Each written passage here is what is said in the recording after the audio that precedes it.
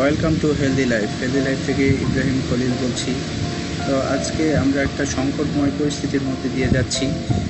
আমাদের সাম্প্রতিক বিশ্বে এক আতঙ্কের নাম করোনা ভাইরাস। ওই করোনা ভাইরাস আমাদের নর্মাল জীবনযাত্রাকে ব্যাহত করছে এবং আমরা নিজ নিজ জায়গা থেকে সবাই অনেক আতঙ্কগ্রস্ত এবং আমরা সবাই ওয়েট করছি কবে নাগাদ করোনা ভাইরাস থেকে আমরা মুক্তি পাব।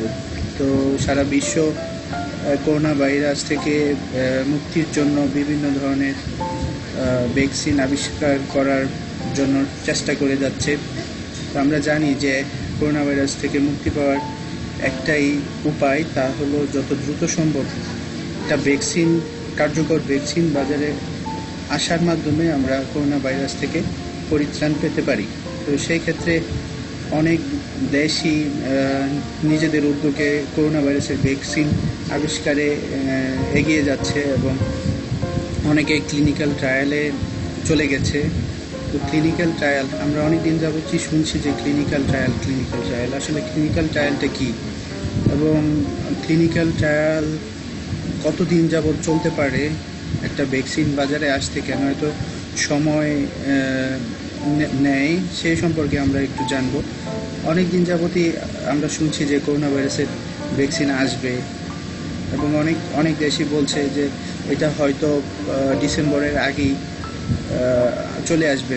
তো আমরা কিন্তু এখনও ওইরকম আশানুরূপ কোনো কিছু দেখছি না। তো কেন এই করোনা ভাইরাসের ভ্যাকসিন আসতে এত দেরি হচ্ছে, আর কতদিন নাগাদ লাগতে পারে করোনা ভাইরাসের ভ্যাকসিন আসতে এবং কোন কোন দেশ করোনা ভাইরাসের ভ্যাকসিন আবিষ্কারে তৈরিতে এগিয়ে আছে, তো সেই বিষয়ে আমরা একটু বিস্তারিত জানার চেষ্টা করব। আমি আপনাদের জন্য কিছু রিসার্চ করেছি এই বিষয়ে এবং আপনাদের সুবিধার্থে কিছু বিষয়ে আমি আমার মতো করে গুছিয়ে নিয়েছি। তো আমি আপনাদেরকে ওই বিষয়ে বলবো। তো আমরা প্রথমেই জানি ক্লিনিক্যাল ট্রায়াল সম্পর্কে। ক্লিনিক্যাল ট্রায়ালটা আসলে কী? ক্লিনিক্যাল ট্রায়াল হলো স্বাস্থ্যের অবস্থা নির্ণয়, চিকিৎসা বা প্রতিরোধের নতুন পদ্ধতি পরীক্ষা করার একটি উপায়। লক্ষ্যটি নির্ধারণ করা হয় কোনো কিছু নিরাপদ বা কার্যকারিতা যাচাই করার মাধ্যমে। বিভিন্ন জিনিস ক্লিনিক্যাল ট্রায়ালের মধ্যে মূল্যায়ন করা হয়, যার মধ্যে রয়েছে। তা আমি বলবো যে ক্লিনিক্যাল ট্রায়ালটা হলো আপনার একটা পদ্ধতি যার মাধ্যমে কোনো জিনিসের নতুন কোনো ভ্যাকসিন হইতে পারে অথবা কোনো চিকিৎসা সামগ্রী হইতে পারে।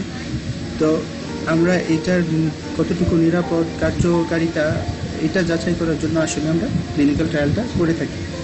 তো বিভিন্ন জিনিসের ক্লিনিক্যাল ট্রায়ালের মাধ্যমে মূল্যায়ন করা হয়, যার মধ্যে কিছু বিষয় আছে যা আমি আপনাদেরকে বলতে চাচ্ছি। এর মধ্যে হলো ঔষধের সংমিশ্রণ, বিদ্যমান ওষুধের নতুন ব্যবহার, চিকিৎসা সংক্রান্ত যন্ত্রপাতি। এই বিষয়গুলো আমরা ক্লিনিক্যাল ট্রায়ালের আওতায় নিয়ে আসতে পারি।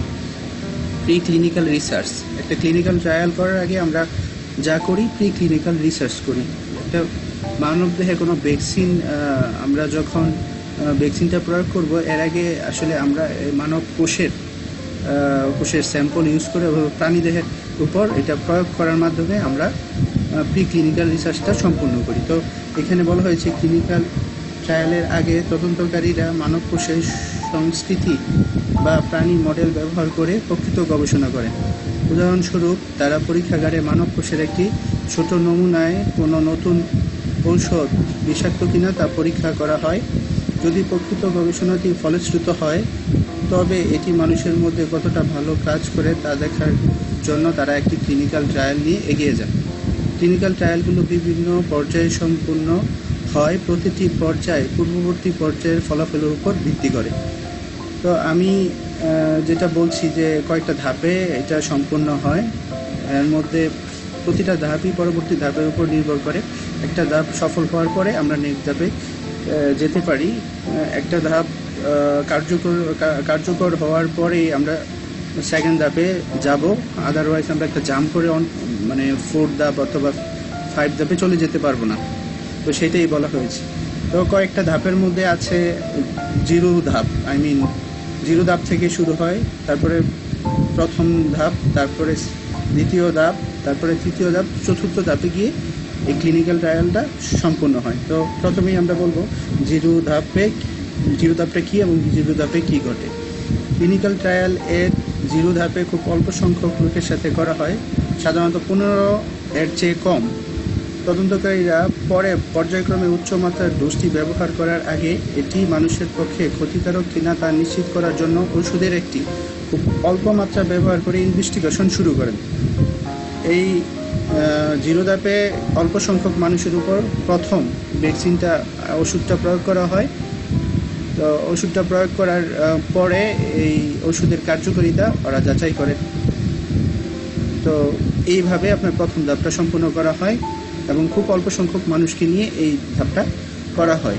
যদি ওষুধটি প্রত্যাশার চেয়ে ভিন্নভাবে কাজ করে, তদন্তকারীরা বিচার চালিয়ে যাওয়ার সিদ্ধান্ত নেওয়ার আগে কিছু অতিরিক্ত ক্লিনিক্যাল গবেষণা করেন। যদি এই ওষুধটি প্রত্যাশার চেয়ে ভিন্নভাবে কাজ করে, তখন তদন্তকারীরা আরেকটু সময় নিয়ে এই গবেষণাটা চালিয়ে যান এবং প্রত্যাশা অনুরূপ রেজাল্ট না পাওয়া পর্যন্ত তারা গবেষণাটা চালিয়ে যান, সেই কথাটাই বলা হয়েছে। প্রথম ধাপে কী ঘটে, এখন আমরা প্রথম ধাপ নিয়ে কথা বলবো। প্রথম ধাপে কী ঘটে তা আমরা জানবো। ক্লিনিক্যাল ট্রায়ালের প্রথম ধাপের সময় তদন্তকারীরা প্রায় 20 থেকে 80 জন লোকের ওষুধের প্রভাবগুলো দেখতে বেশ কয়েক মাস সময় ব্যয় করেন। তাদের কোনো অন্তর্নিহিত স্বাস্থ্যজনিত কোনো সমস্যা নেই এমন কিছু পার্টিসিপেন্টকে নিয়ে কাজ করেন যাদের কোনো হার্ট ডিজিজ, লিভার ডিজিজ অথবা এই ধরনের কোনো ক্রনিক ডিজিজ যাদের নেই। তো তাদের উপর প্রথম 20 থেকে 80 জনের একটা গ্রুপ করেন এবং ওদের উপরে আসলে ওষুধটা প্রয়োগ করা হয়। এই পর্বে লক্ষ্য করা হয় যে গুরুতর পার্শ্ব প্রতিক্রিয়া ছাড়াই মানুষ গ্রহণ করতে পারে সর্বোচ্চ ডোজ। তো আমরা যেটা প্রথম জিরো ধাপে যেটা করা হয়েছিল, অল্প ডোজ নিয়ে কাজ করা হয়েছিল, তো এইখানে সর্বোচ্চ ডোজ নিয়ে কাজ করা হয়। তো তাই বলা হয়েছে। এই পর্যায়ে তাদের দেহগুলো ওষুধে কীভাবে প্রতিক্রিয়া দেখায় তা তদন্তকারীরা খুব ঘনিষ্ঠভাবে অংশগ্রহণকারীদের নিরীক্ষণ করেন। প্রাক গবেষণামূলক গবেষণা সাধারণত ডোজ সম্পর্কে কিছু সাধারণ তথ্য সরবরাহ করে, তবে মানবদেহে কোনো ওষুধের প্রভাব প্রত্যাশিত হতে পারে। FDA অনুসারে ওষুধের প্রায় 70% নির্ভরযোগ্য উৎস দ্বিতীয় ধাপে চলে যায়। তো দ্বিতীয় ধাপটা আমাদের জন্য খুব ইম্পর্টেন্ট।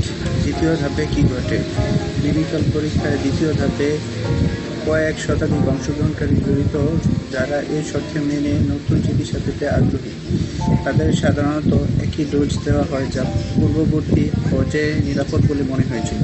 তদন্তকারীরা পার্টিসিপেন্টের বডিতে ওষুধটি কতটা কার্যকর তা দেখতে এবং এটির কারণ হতে পারে এমন কোনো পার্শ্ব প্রতিক্রিয়া সম্পর্কে আরও তথ্য সংগ্রহের জন্য অংশগ্রহণকারীদের বেশ কয়েক মাস বা বছর পর্যবেক্ষণ করেন। দ্বিতীয় ধাপে এখনও কোনো ওষুধের সামগ্রিক সুরক্ষা প্রদর্শন করার মতো যথেষ্ট নয়।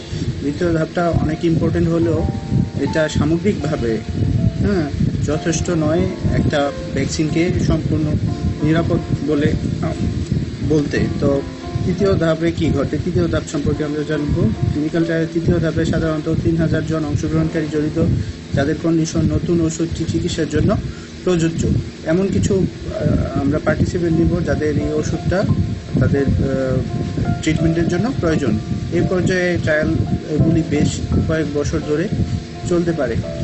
তো আমরা এতক্ষণ যেই ট্রায়ালগুলো দেখলাম তা অল্প সময়ে, হয়তো কয়েক মাস থেকে বছর পর্যন্ত। তা এখন আমরা তৃতীয় ধাপে এসে এটা আরও লেন্দি হবে, সময়টা ট্রায়ালের পিরিয়ডটা আরও অনেক লেন্দি হবে, এটা কয়েক বছর পর্যন্ত চলতে পারে। তৃতীয় ধাপের উদ্দেশ্য একই শর্ত বিদ্যমান ওষুধের তুলনায় নতুন ওষুধ কীভাবে কাজ করে তা মূল্যায়ন করা।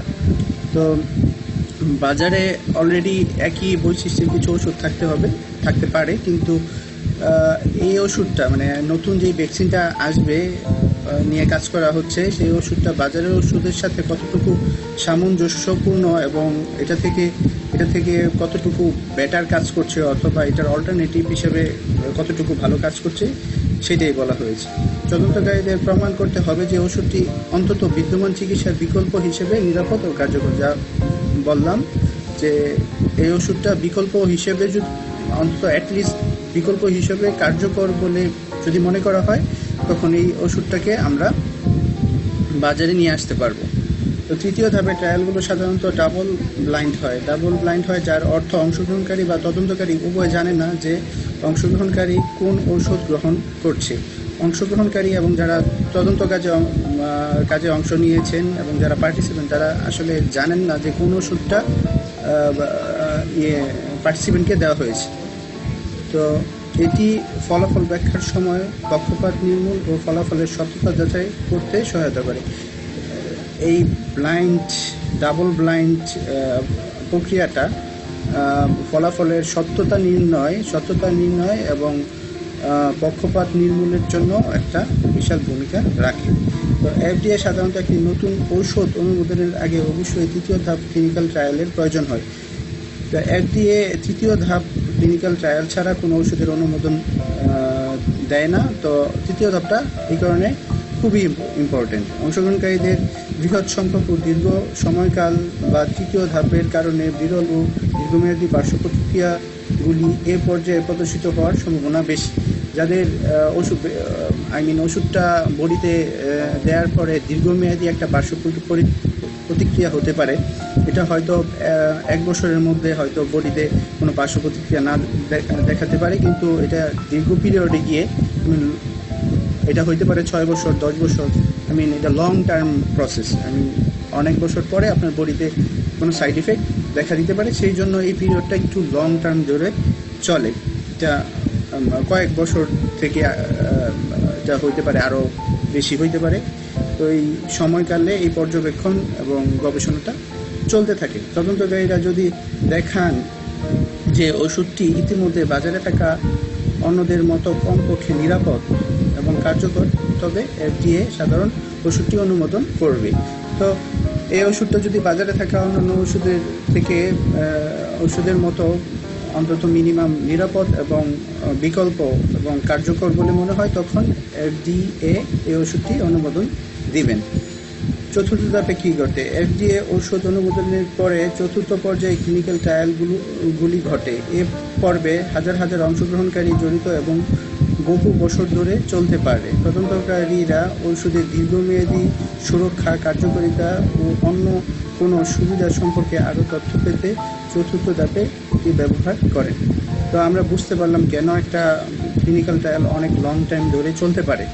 তো একটা ওষুধের সুরক্ষা, নিরাপত্তা এবং এটার সেফটি এবং এটা কতটুকু একটা নির্দিষ্ট ভাইরাসের উপর কাজ করবে এবং অল্টারনেটিভ ওষুধ হিসেবে এটা কতটুকু কার্যকর, সকল বিষয়ের উপর পর্যালোচনা করে একটা ওষুধ, একটা ভ্যাকসিন বাজারে আসে। তো সেই জন্য একটা ক্লিনিক্যাল ট্রায়াল অনেক বছর যাবৎ চলতে পারে। তো নর্মালি এই ট্রায়ালগুলো চলে 12 বছর থেকে 18 বছর পর্যন্ত।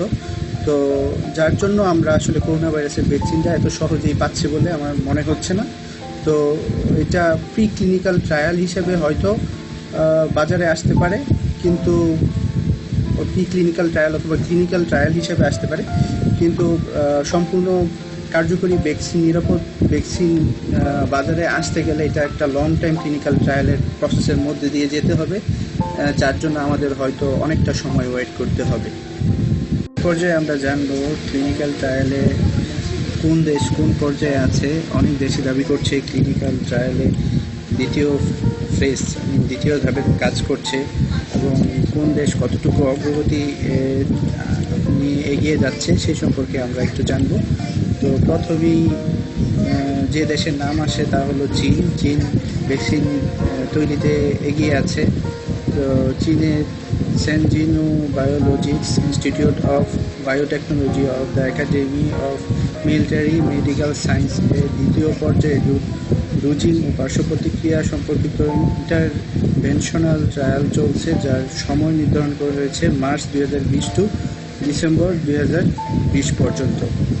তাছাড়া একই সাথে চীনের Sinovac biotech, Chinese academy of medical science, Shenzhen immune medical institute, Beijing institute of biological product, Wuhan institute of biological products, চীন একাডেমি অফ মেডিকেল সায়েন্স আরও 5টি ভ্যাকসিন নিয়ে কাজ করছে, যা ক্লিনিক্যাল ট্রায়ালের প্রথম এবং দ্বিতীয় ধাপে আছে। ইউনাইটেড স্টেটস এর Moderna US National Institute of Allergy and Infectious Disease BARDA দ্বিতীয় পর্যায়ে সুরক্ষা ও বিষাক্ততা ও অনাক্রমণতা মূল্যায়নের জন্য দ্বিতীয় পর্যায়ে ডোজ নিশ্চিতকরণ ট্রায়াল চলছে, যার সময় নির্ধারণ করা হয়েছে মে 2020 থেকে অগাস্ট 2021 সাল পর্যন্ত। একইভাবে UK university of Oxford AstraZeneca clinical ট্রায়ালের প্রথম ও দ্বিতীয় ধাপে কাজ করছে। জার্মানি, ইউনাইটেড স্টেটস এর বায়োটেক, ফুসন ফার্মা, ফিজার প্রথম ও দ্বিতীয় ধাপে কাজ করছে। অস্ট্রেলিয়া ক্লিনিক্যাল ট্রায়ালের প্রথম ফেজে কাজ করছে। তো এভাবে বিভিন্ন দেশ করোনা ভাইরাসের ভ্যাকসিন আবিষ্কারে কাজ করে যাচ্ছে। তো আমি আপনাদের কাছে এটাই বলবো যে খুব দ্রুত ভ্যাকসিন চলে আসবে, কার্যকরী ভ্যাকসিন চলে আসবে তা হয়তো আমরা নিশ্চিত না। তো আমরা আশাবাদী যে খুব অল্প সময়ের মধ্যে ভ্যাকসিন বাজারে আসবে। যেইভাবে মহামারী বেড়ে চলেছে তা আমাদের জীবনের জন্য অনেক শঙ্কার কারণ। তো আপনাদের কাছে আমার একটাই রিকোয়েস্ট, আপনারা নিরাপদে থাকুন, স্টে হোম, স্টে সেফ। আমার এই ছোট্ট প্রয়াস আপনাদের যদি জ্ঞানের পরিধিকে, জানার জগৎকে একটু হলেও সম্প্রসারিত করে, আর এটা যদি আপনাদের জীবনে কোনো উপকারে আসে তাহলে অবশ্যই এই ভিডিওটি আপনাদের ফ্রেন্ডের সাথে শেয়ার করবেন এবং কোনো মতামত থাকলে অবশ্যই কমেন্ট বক্সে জানিয়ে দিবেন। আর চ্যানেলটি অবশ্যই সাবস্ক্রাইব করে বেল বাটনে ক্লিক করে রাখবেন নতুন নতুন ভিডিও পেতে। আমাদের সাথেই থাকুন। তো এটাই বলবো, আর ভালো থাকুন, আমার জন্য দোয়া করুন। ধন্যবাদ সবাইকে।